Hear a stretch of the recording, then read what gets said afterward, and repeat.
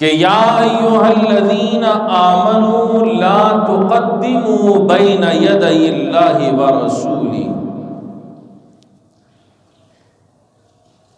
اس سورت کے اندر اللہ رب العالمین نے 5 بار ارشاد فرمایا یا ایھا الذین آمنوا۔ حضرات مفسرین نے یہ بات لکھی کہ اس آمنو یا ایھا الذین آمنو میں اللہ کی طرف سے اہل ایمان کے لیے بہت ہی زیادہ پیار بھرا پڑا ہے۔ اس خطاب کے اندر اللہ کی طرف سے ایمان والوں کے لیے بڑا ہی پیار ہے۔ جیسے ایک باپ اپنے بیٹے کو کہتا ہے بیٹا، اس بیٹا کہنے میں جو لذت حاصل ہوتی ہے وہ کسی اور چیز میں نہیں ملا کرتی۔ اسی طریقے سے اگر بیٹا اپنے باپ کو پکارتا ہے ابا جان، اور موجودہ حالات میں پاپا کے الفاظ جو استعمال ہوتے ہیں، اس ابا جان یا ابو جی کے الفاظ سے باپ کو جو خوشی ہوتی ہے، اس باپ کے لیے اس خوشی کو بیان کرنا مشکل ہے۔ بعینہ ہی اسی طرح اللہ جل مجدہ جب ایمان والوں کو، اپنے ایمان والے بندوں کو پکارتے ہیں تو کیا کہتے ہیں؟ یا ایھا الذین آمنو، اے ایمان والو۔ یہ اللہ کا پیار ان الفاظ میں بھرا پڑا ہے۔ یہ خطاب کے کلمات محبت سے لبریز ہیں۔ کاش کوئی اہل دل ان الفاظ کو سمجھ سکے کہ اللہ نے کتنی محبت کے انداز میں پکارا ہے۔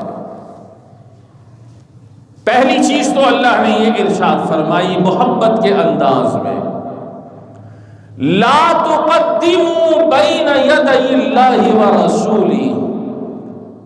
ایمان والوں، اللہ اور اس کے رسول سے آگے مت بڑھنا۔ ایمان والوں، اللہ اور اس کے رسول سے آگے مت بڑھنا۔ جہاں تک اس نے تمہیں رکھا ہے وہیں تک رہنا ہے، اس سے آگے مت چلنا، مت آگے نکلنا۔ اب آگے بڑھنے، آگے نکلنے کا ایک معنی تو سیدھا سادہ ہے کہ اللہ کے حبیب جہاں پر چل رہے ہوں، اللہ کے پیغمبر سے آگے مت چلنا، پیچھے ہی رہنا۔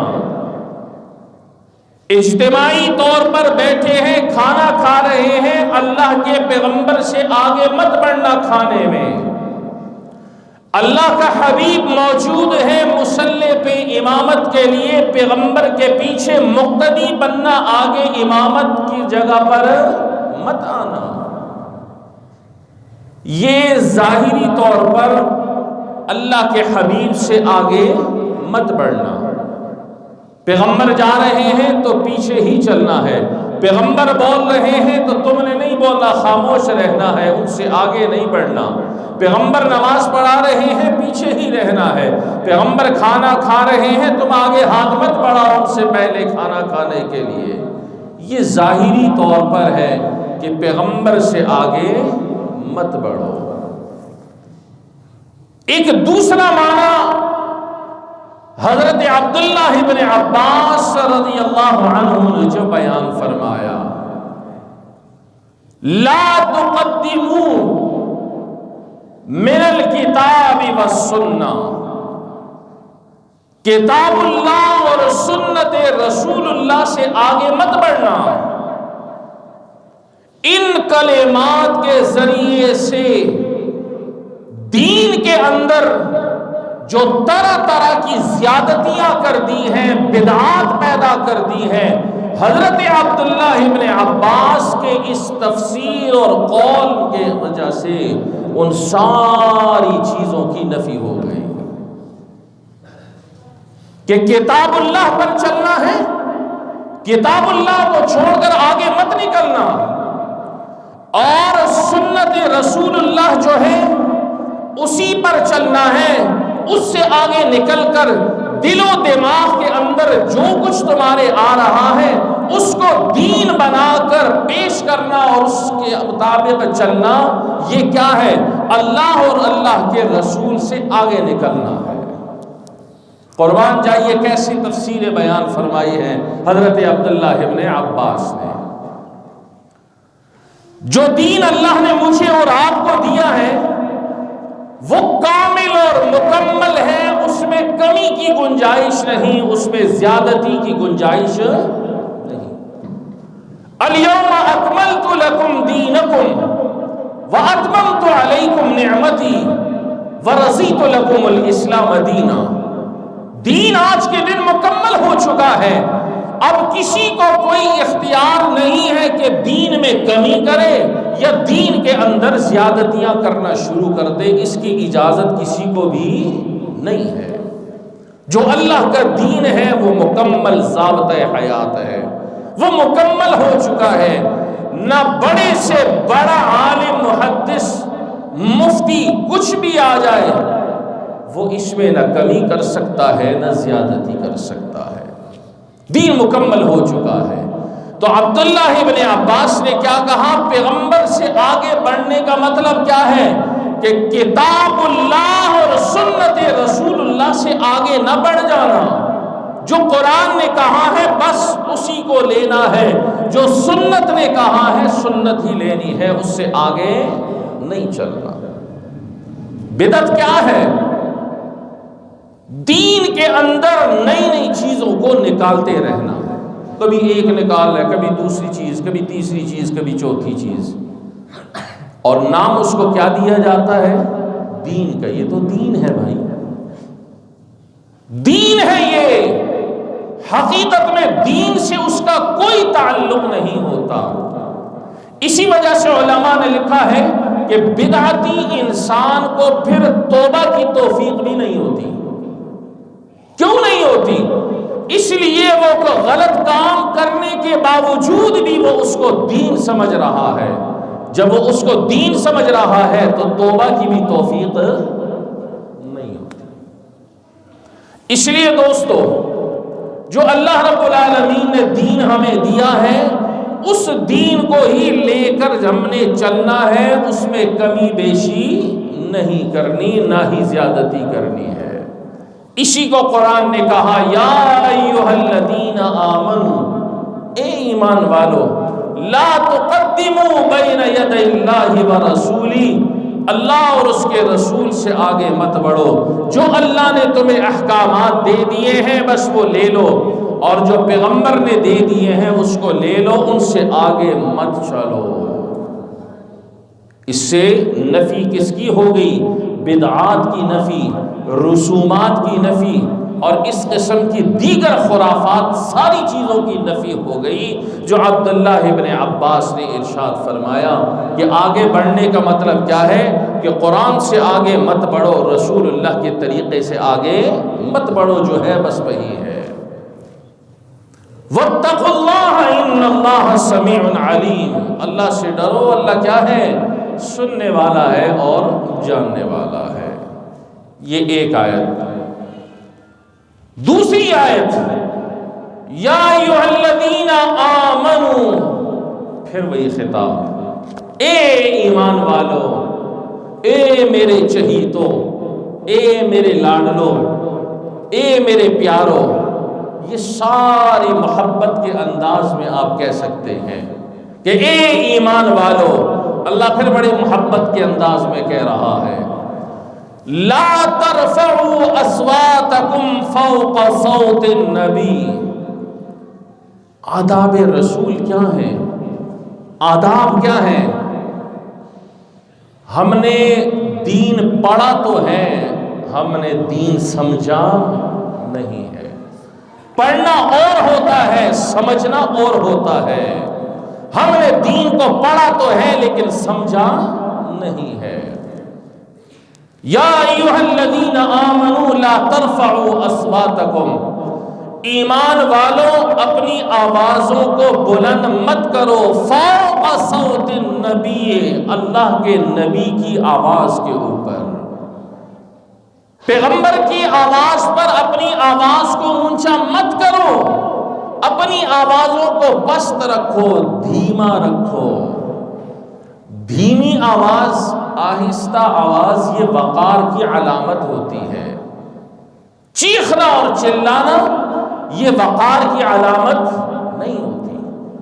وقار کی علامت یہ ہے کہ انسان مناسب لہجے میں، مناسب انداز میں گفتگو کرے۔ تو قرآن نے کیا کہا؟ ایمان والوں اپنی آوازوں کو نبی کے آوازوں پر بلند مت کرو، وَلَا تَجْهَرُوا لَهُ بِالْقَوْلِ كَجَهْرِ بَعْضِكُمْ لِبَعْضٍ، اور چیخ چیخ کر مت پکارو جس طریقے سے ایک دوسرے کو چیخ چیخ کر پکارتے ہو۔ اگر یہ کام کرو گے تو کروں گا کیا تمہارے ساتھ پھر؟ ان تحبط اعمالکم، کہ کہیں تمہارے اعمال کو اللہ ضائع نہ کر دے۔ یہ ادب سکھلایا پیغمبر کا۔ اپنی آوازوں کو پست رکھو، چیخ چیخ کر جیسے ایک دوسرے کو بلاتے ہو، پیغمبر کو اس طرح مت بلاؤ۔ ان تحبط اعمالکم، خطرہ ہے کہیں تمہارے اعمال کو اللہ خط نہ کر دے، ضائع نہ کر دے۔ میرے آقا کریم علیہ الصلوۃ والسلام کا گھر تھا،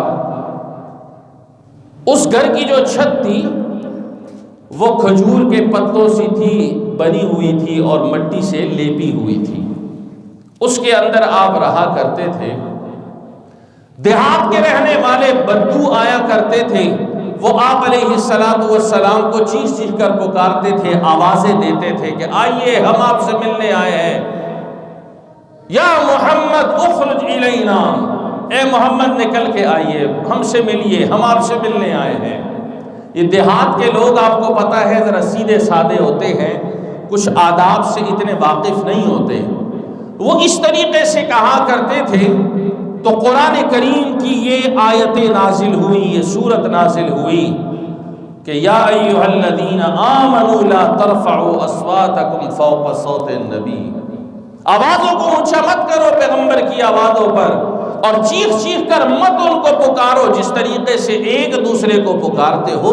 وہ اللہ کا حبیب ہے، ان کو جب بلانا ہے تو بڑے ادب اور احترام سے بلانا ہے، اس میں کوتاہی نہیں کرنی۔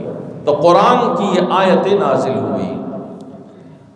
حضرات صحابہ کرام، قربان جائیے حضرات صحابہ کرام پر، یہ قرآن کی آیتیں سنتے تھے، عمل کے لیے دیوانے ہو جاتے تھے کہ اب عمل کیسے کریں۔ ہم تو سنتے ہیں ادھر سے فارغ، ہم تو سن کے بھائی فارغ ہو جاتے ہیں۔ دوستو، یہ باتیں جو کہی جاتی ہیں، یہ آیات جو سنائی جاتی ہیں، یہ وہ رسمی چیزیں نہیں ہیں کہ جمعے کو ٹائم نکال لیے جمعہ پڑھنا ہی پڑھنا ہے۔ یاد رکھیے جو عمل کی نیت سے آتا ہے اللہ توفیق عمل کی دیتا ہے، اور جو وقت گزاری کے لیے آتا ہے پھر وہ وقت گزار کے ہی نکل جاتا ہے، عمل کی توفیق نہیں ہوتی۔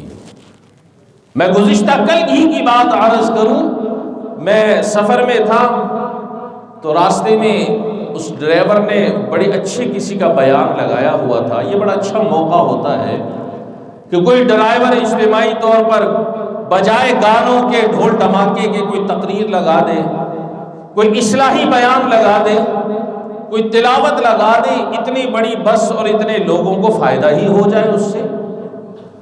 اب اس نے تقریر لگائی ہوئی تھی، بڑی اچھی تقریر تھی اور بڑی اصلاحی تقریر تھی، خود بھی سن رہا تھا اور لوگ بھی سن رہے تھے۔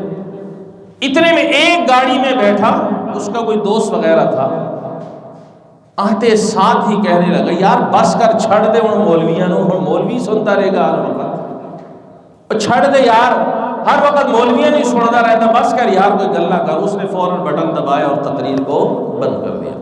اور اتنی اصلاحی تقریر تھی کہ گاڑی میں 50-60 افراد تھے، ان کو فائدہ اس سے ہو رہا تھا، لیکن چلنے نہیں دی اس نے۔ یہ کیا ہے؟ جب انسان عمل کی نیت سے کوئی چیز سنتا نہیں ہے اور ایک اپنے سر کے اوپر بوجھ سمجھتا ہے، نماز جمعہ کی ادائیگی کے لیے آیا ہوں ٹھیک ہے، تو پھر وہ ایسے ہی جاتا ہے۔ دوستو، خالی برتن لے کر آیا کرو، بھرا ہوا برتن لے کے جایا کرو۔ وہ انسان سمجھدار نہیں ہے کہ جو گھر سے خالی برتن لے کر آئے اور خالی ہی واپس لے کر جائے، وہ انسان سمجھدار آدمی نہیں ہے۔ تو اس برتن کے اندر کچھ لے کر ہی جایا کرو۔ حضرات صحابہ کرام کا عرض کر رہا تھا، عمل کے لیے دیوانے ہو جاتے تھے۔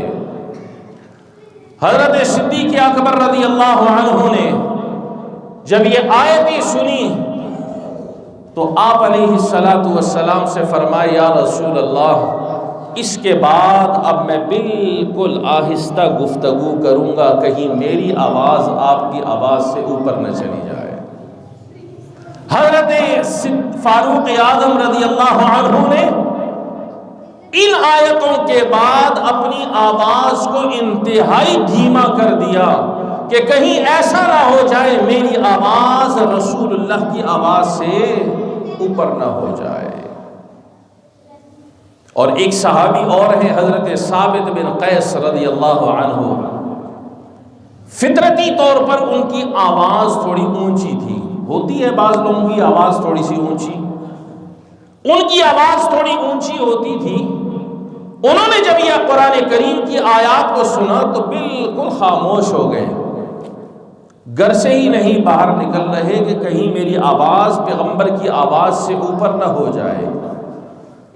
حضرت سعد بن معاذ رضی اللہ عنہ گھر ان کے پاس تشریف لے کر آئے اور کہنے لگے، ثابت کیا ہو گیا، آج کل نظر نہیں آتے باہر؟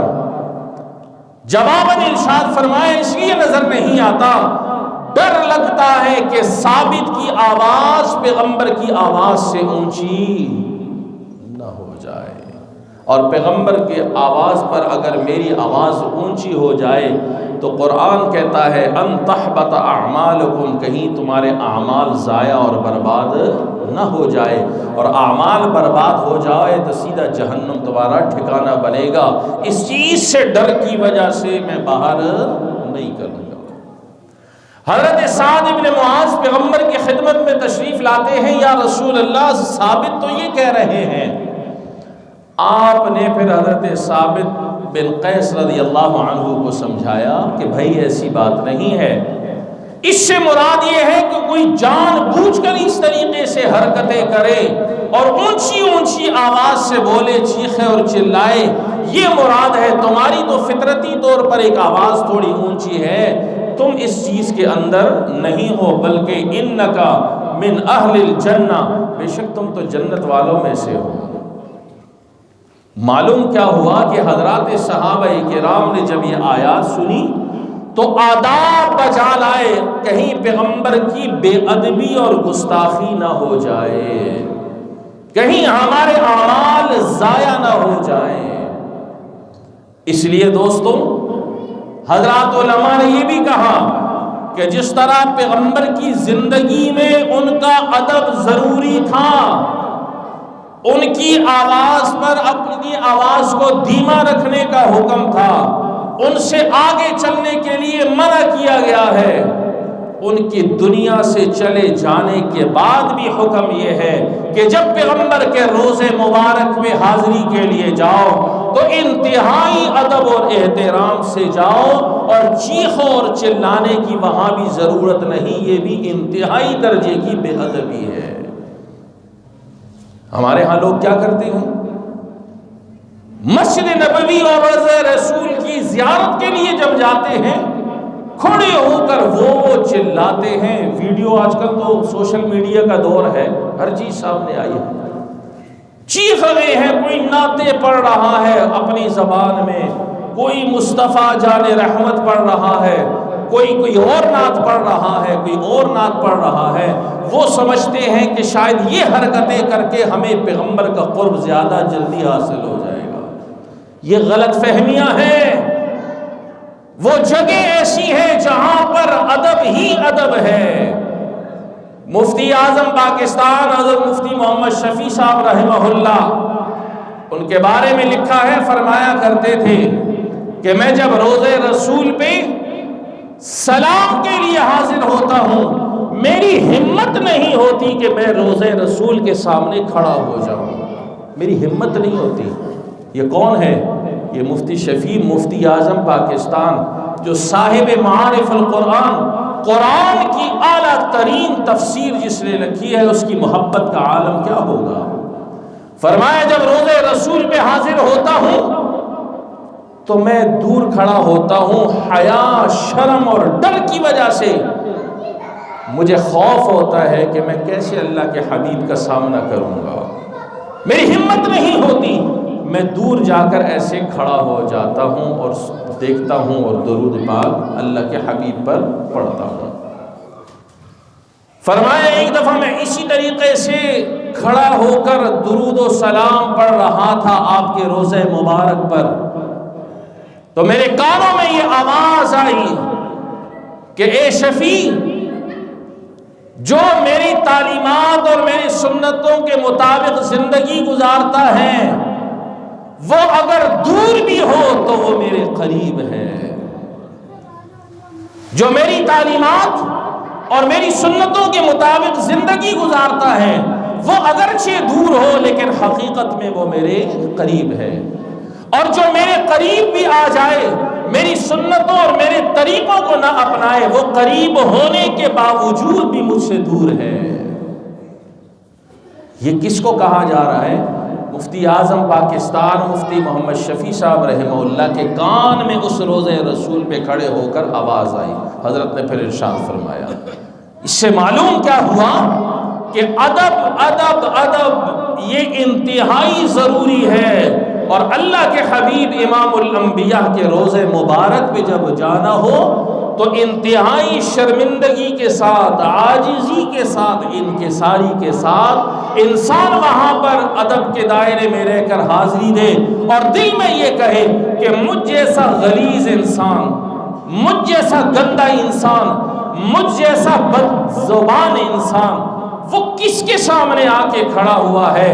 کائنات میں سب سے اعلیٰ ہستی اللہ کے بعد جس کا مقام ہے، اس ہستی کے سامنے میں آ کر کھڑا ہو جاؤں۔ اپنے آپ کو تو یہ تصور کرنا چاہیے، نہ کہ وہاں پر کھڑے ہو کر چیخ رہے ہیں، چلا رہے ہیں زور زور سے۔ ہم سمجھتے ہیں کہ شاید عشق کا معیار یہی ہے، یہ عشق کا معیار نہیں ہے، یہ پرلے درجے کی بے ادبی اور گستاخی ہے، اللہ حفاظت فرمائے۔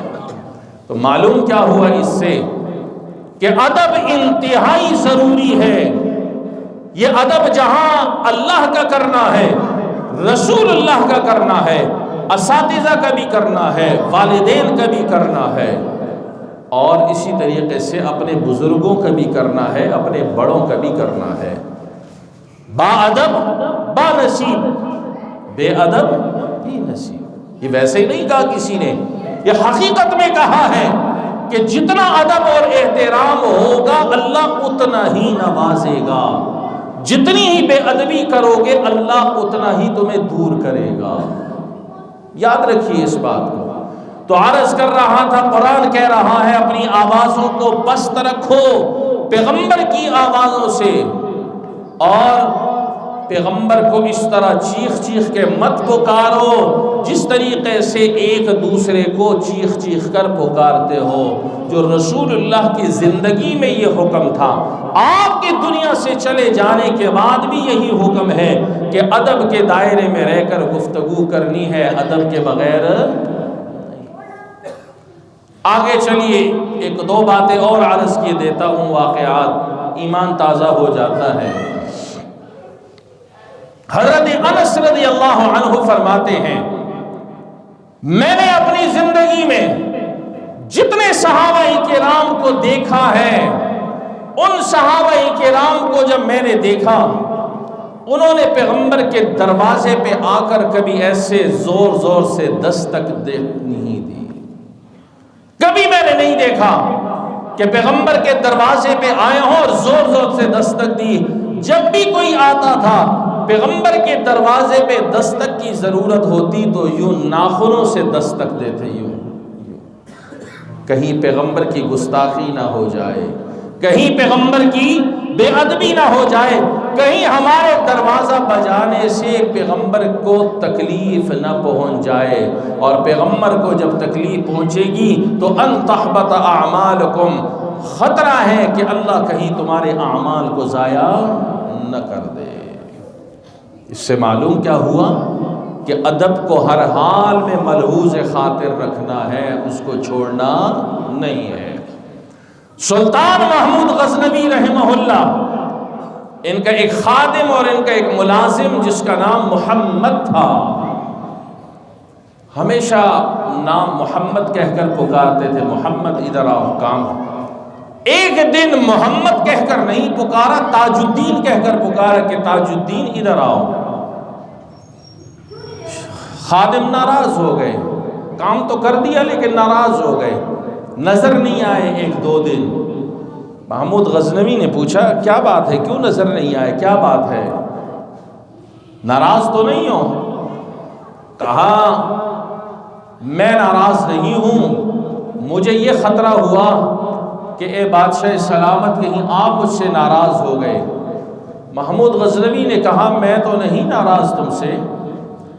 تو اس خادم نے کہا پھر آپ نے مجھے 2 دن قبل میرا نام لے کر محمد کہہ کر نہیں پکارا، تاج الدین کہہ کر کیوں پکارا؟ ہمیشہ میرا نام لیا کرتے تھے، محمد یہ کام کر لو، محمد ادھر آ جاؤ، محمد یہ کھا لو پی لو۔ اس دن آپ نے مجھے تاج الدین کہہ دیا، کہیں آپ مجھ سے ناراض تو نہیں ہو گئے؟